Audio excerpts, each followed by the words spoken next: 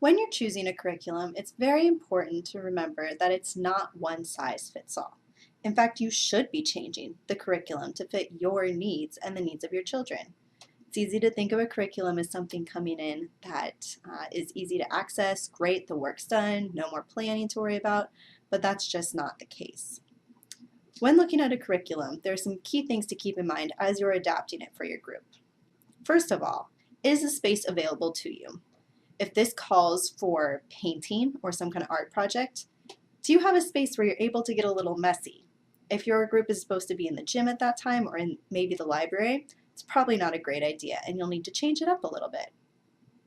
Also, it's most important to think about what are your kids interested in. If you look at the curriculum and say, no, my kids hate art, they're just going to complain about this, then think about how can I change it to make it something that's interesting to them and they would have fun doing.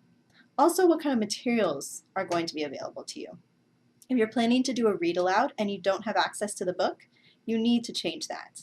If it's something that has to do with watercolors and that's not something you have available, then adapt it and make sure you can do it with tempera paint or some other material. Also think about the difficulty. A lot of curriculum, including Imagination Vacation, will have suggestions about how to change it for kids who are younger or English language learners. But make sure you're thinking about your group.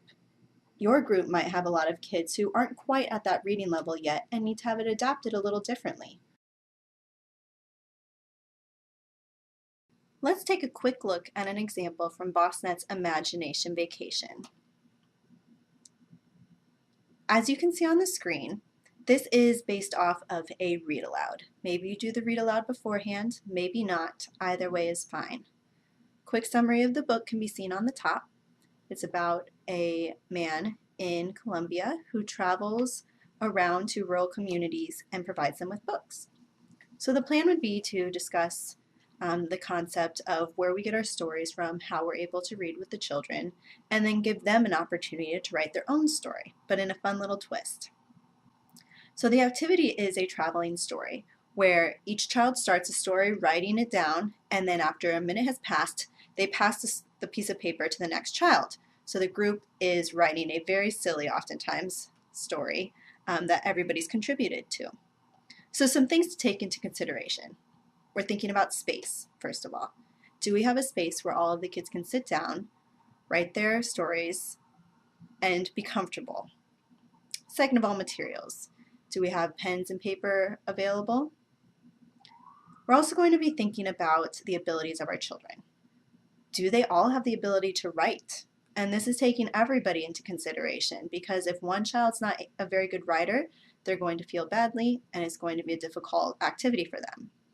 So maybe we have a group of kindergartners, the majority of them aren't really able to write in sentences yet.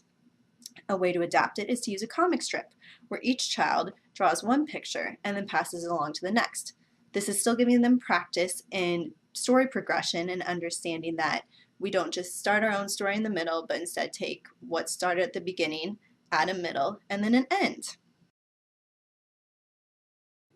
While you're adapting the curriculum though, make sure that you're always keeping the key objective in mind or big idea.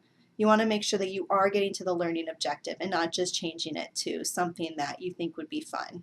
Not that that's not valuable, but when you're thinking about literacy and the big idea, make sure that that's at the heart of all of your lessons.